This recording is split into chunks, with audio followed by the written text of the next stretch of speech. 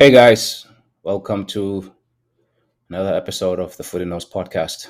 My name is Bonnie Sile. As always, I'll be ranting about Arsenal and everything football that has been in my radar this week.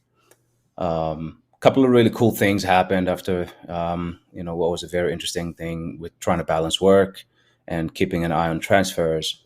Um, First, I actually made a guest appearance, the first one of its kind for me. At the no, sorry, not FootyNotes Podcast is what you're listening to.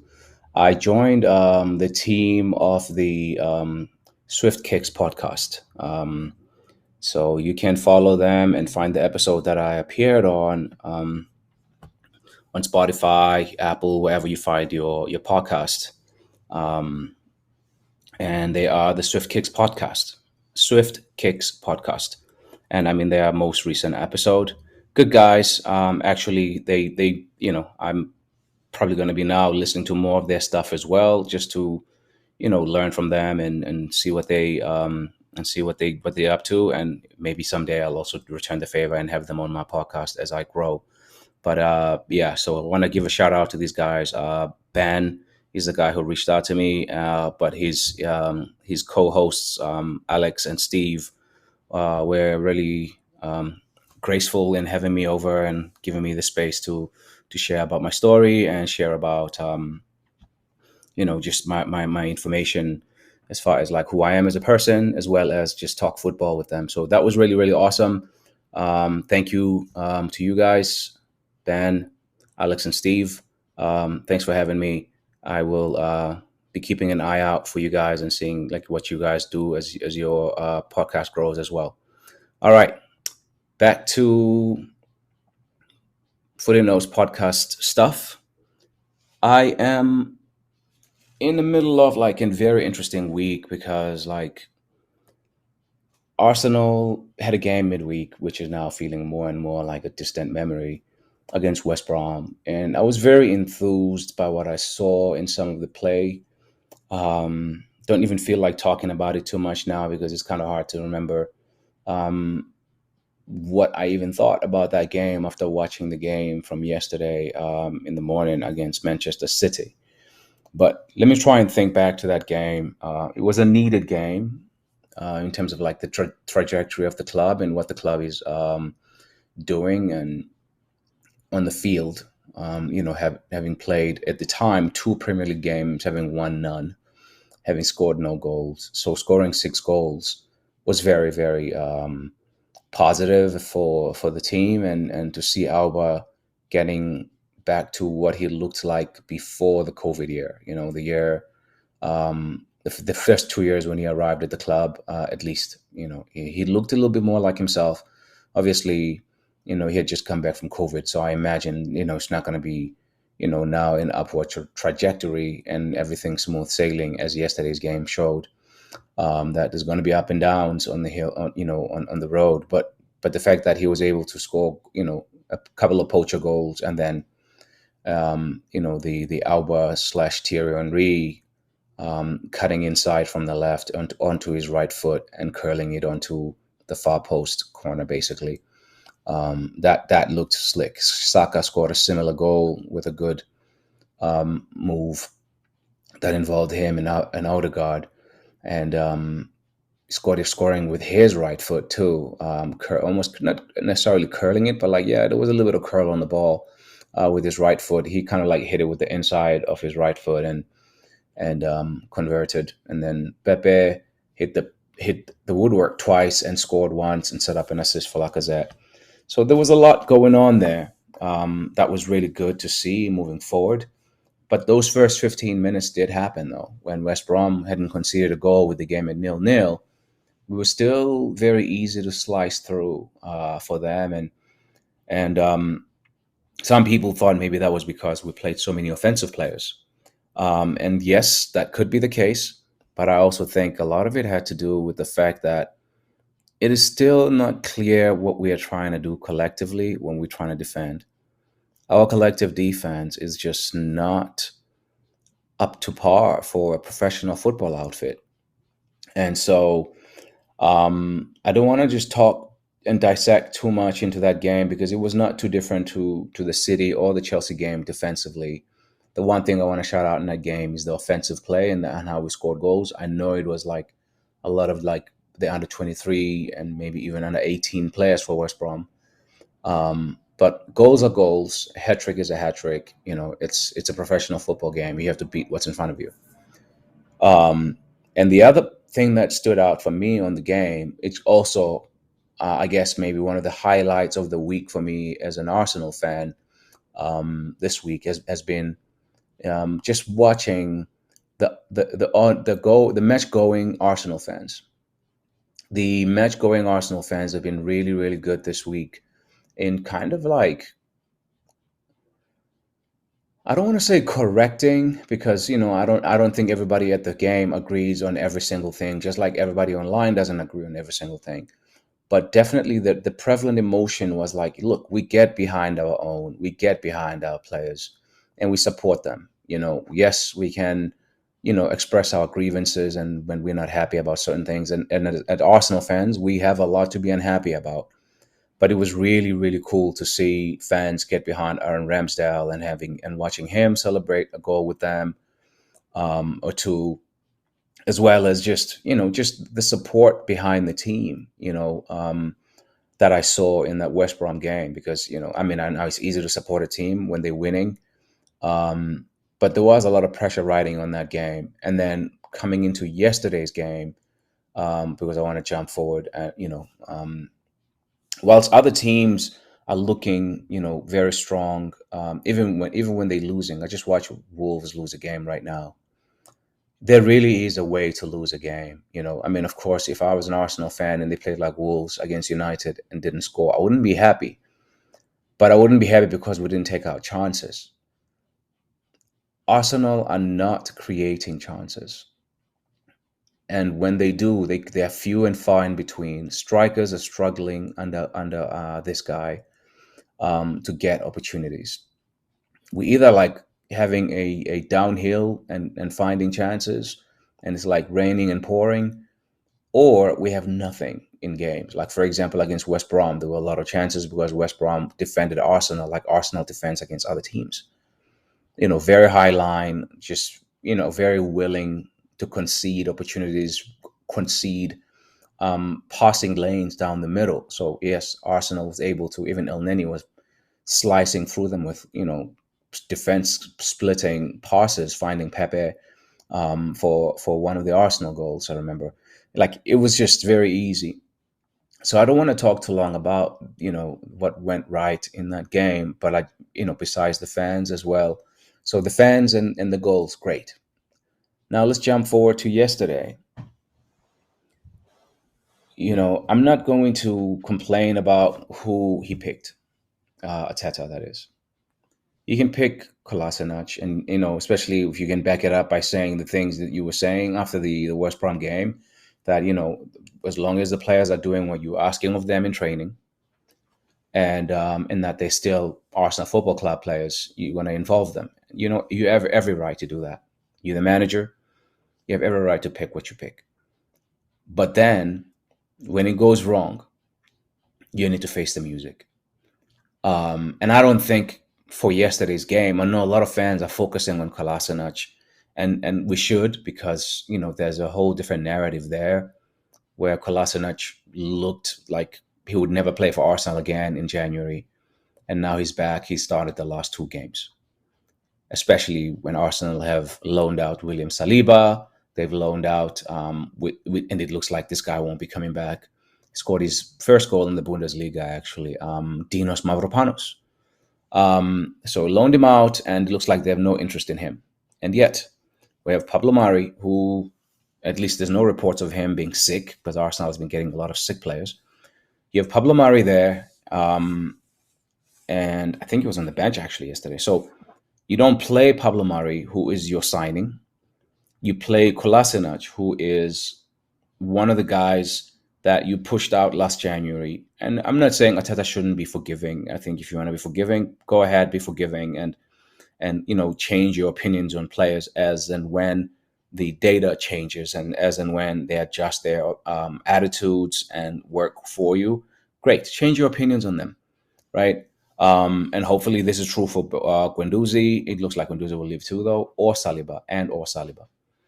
Now, this is where I think I want to really talk about Arteta. For me, I really don't care who he plays. Like I said, I really don't care if he wants to forgive players or think, okay, this guy is now committed to the cause, I can trust him.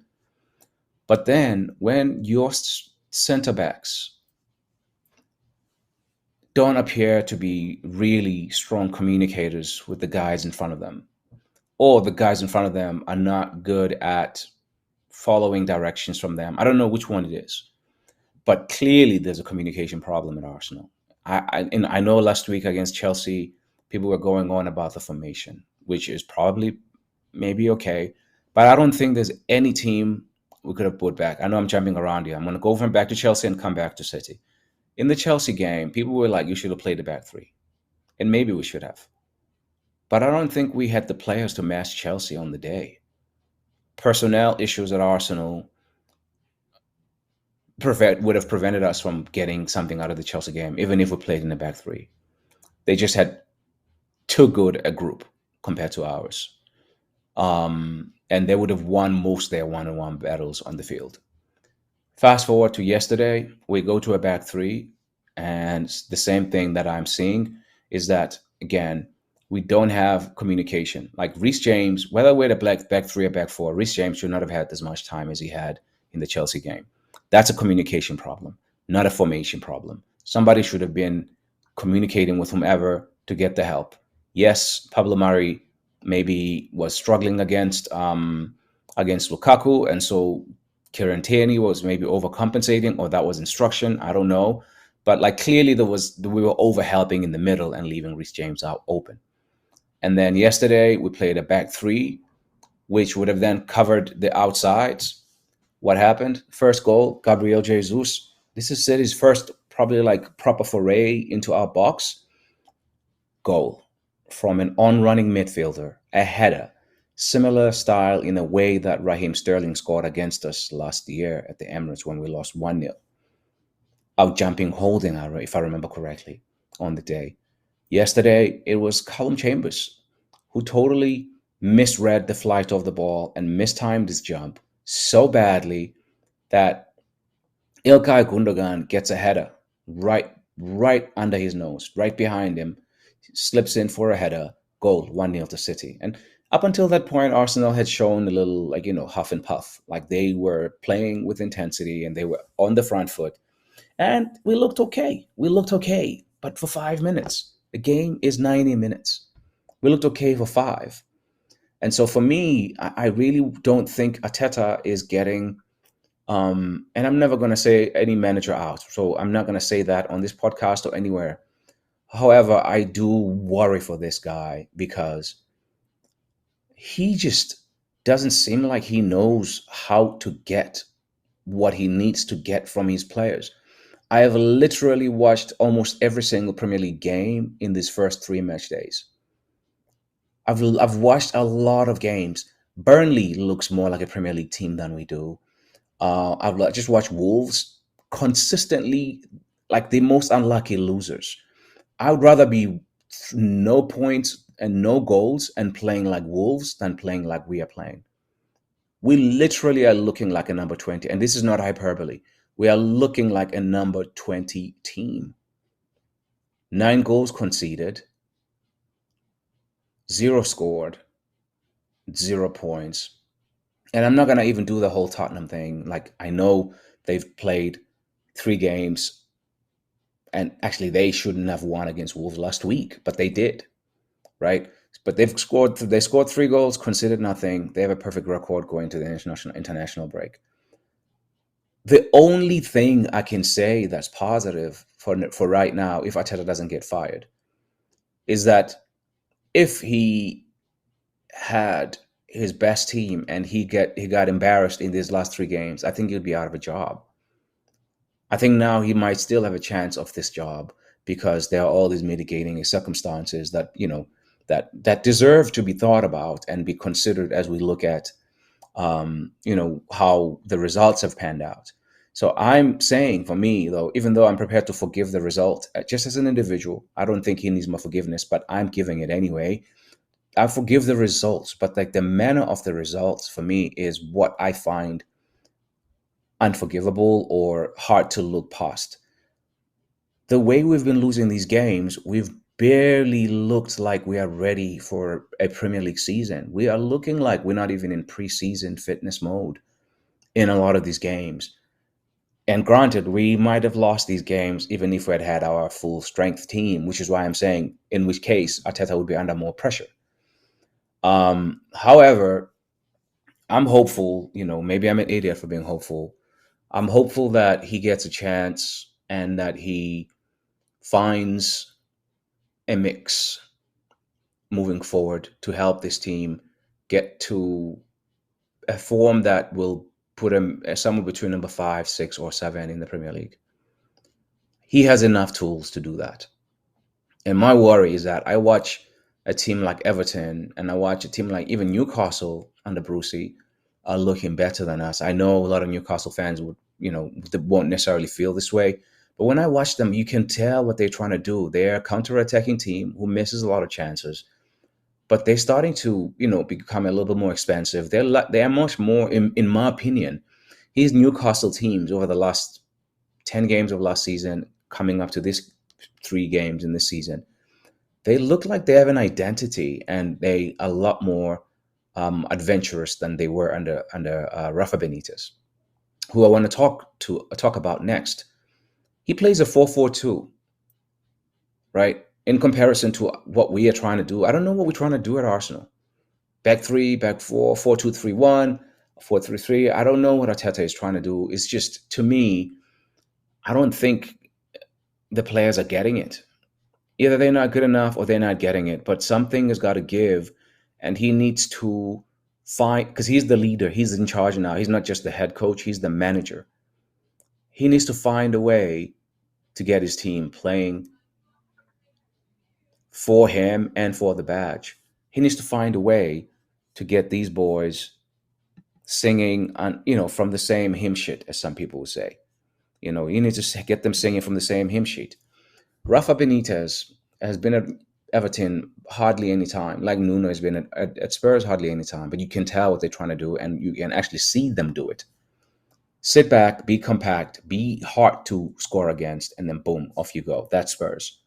Now, Rafa hasn't got his defense sorted out entirely, and a few times we've seen an individual error from Michael Keane, which has led to a goal against Everton. However, with Alan there in the middle and Doucouré next to him, you can tell Everton are a team that's going to be workmanlike. They're going to be organized. They're going to be efficient. They're not going to be sexy in terms of how they play their game, but they're going to be efficient in converting their goals. It's a straight old school 4-4-2, 4 across the back, 4 across the middle, 2 guys. And what that does, it takes people who have been outcasted by other teams, like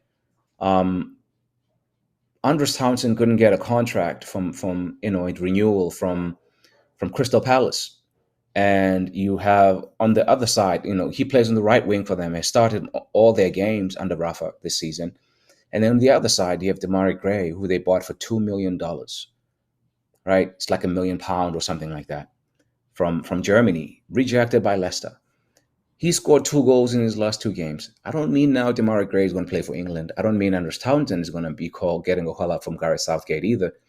But those guys look good because there's clarity of their roles, responsibilities in the team, what you are supposed to do. And the ball leaves the midfielder's foot or the defender's foot much quick. It's passed with conviction, at pace. They run onto it, drive forward, cross for Richarlison, or take a shot yourself, or cross for Dominic Calvert-Lewin. There's a clear plan at Everton. They haven't had 18 months. And so this is where I have a hard time forgiving the manner of the way we are getting beaten at Arsenal. It's not so much for me the way, the style of play, or so much even the results.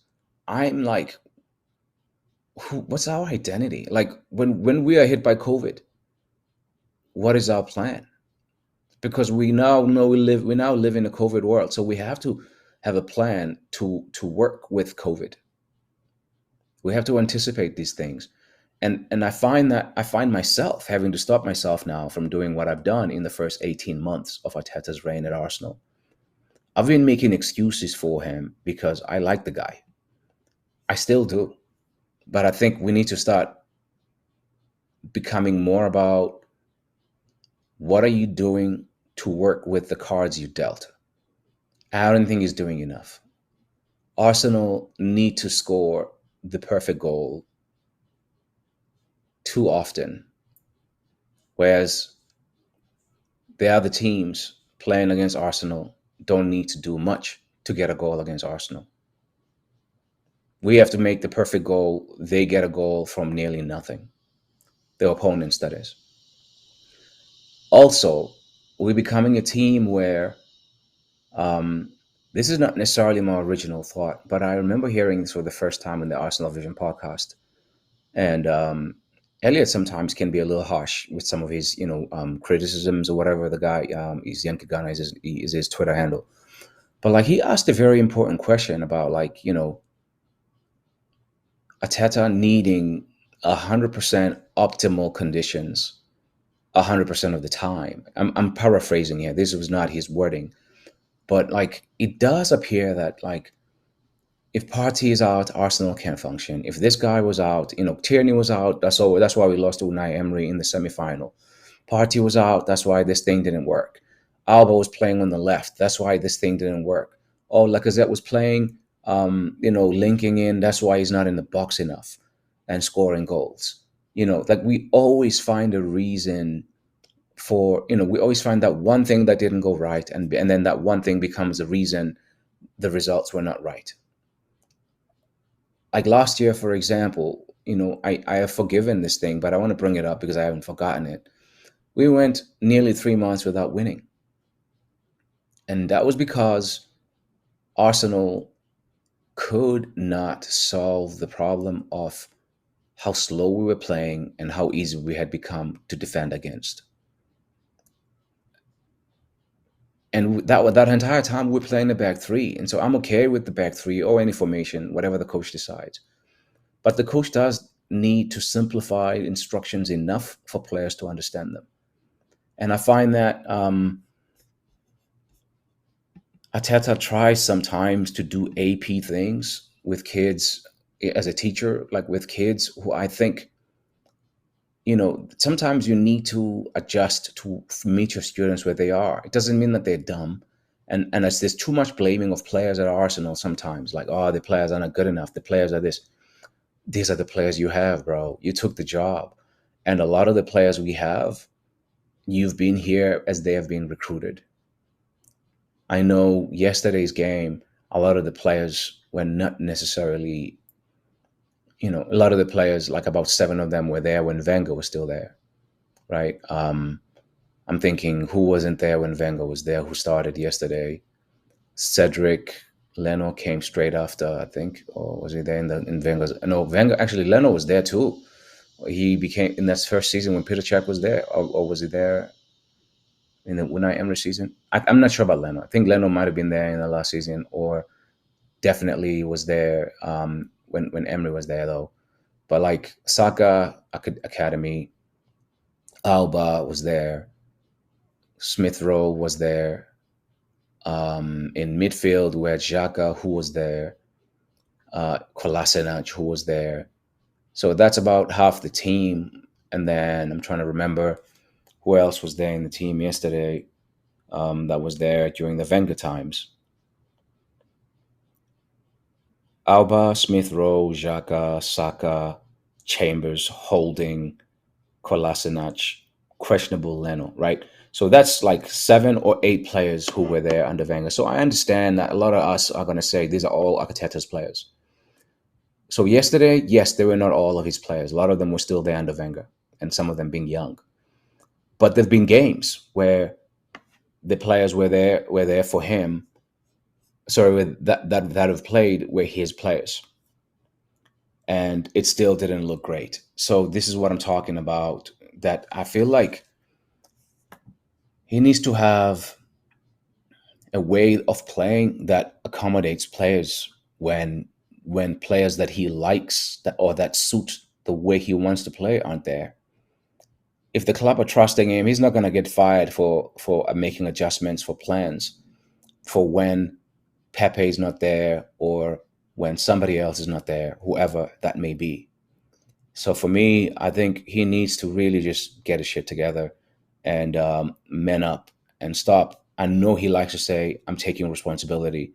I think he needs to stop taking responsibility for poor performances and start preventing them from happening so regularly. Right now, Arsenal are just too easy to play against, too easy to attack against, and too easy to defend against. We are good at, I don't know what. I really don't know what Arsenal is good at. And that's concerning.